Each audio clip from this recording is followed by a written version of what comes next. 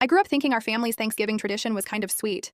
In a weird, sentimental way, every year after dinner, when the plates were cleared and the wine was flowing, Mom would pull out this old mustard yellow ceramic jar from the pantry. We each had to write two things: one thing we were truly grateful for that year, and one secret resentment we held against someone else at the table. You folded both notes, dropped them in, and we'd shake the jar like it could magically wash away the bad feelings. Nobody ever read the resentment slips. That was the sacred rule.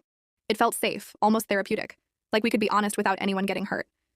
For years, it stayed light. When I was little, my sister Lauren would write that she resented me for stealing her Barbies, and I'd write that she always got the bigger slice of pie. Dad joked about resenting the Detroit Lions for blowing another game, and Mom would complain about Lauren's teenage attitude. We laughed, hugged, and put the jar away until the next holiday.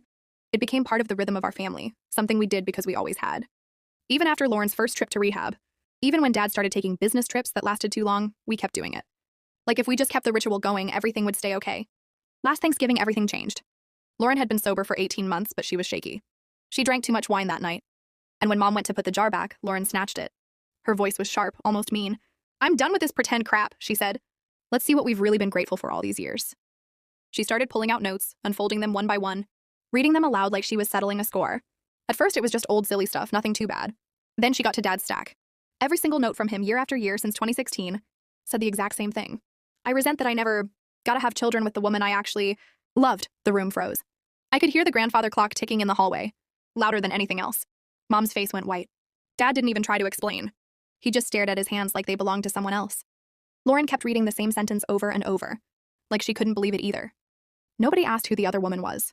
We didn't have to. 2 months later, Dad packed one suitcase and left for Arizona. He moved in with Michelle, his old college friend who'd been sending us Christmas cards for decades. Mom sold the house before spring. She said the walls felt too heavy now, like they were pressing in. Lauren moved back to Minneapolis, got a new sponsor, and started over. I stayed in the city, throwing myself into work so I wouldn't have to think about it. We don't talk about that night. We barely talk at all anymore.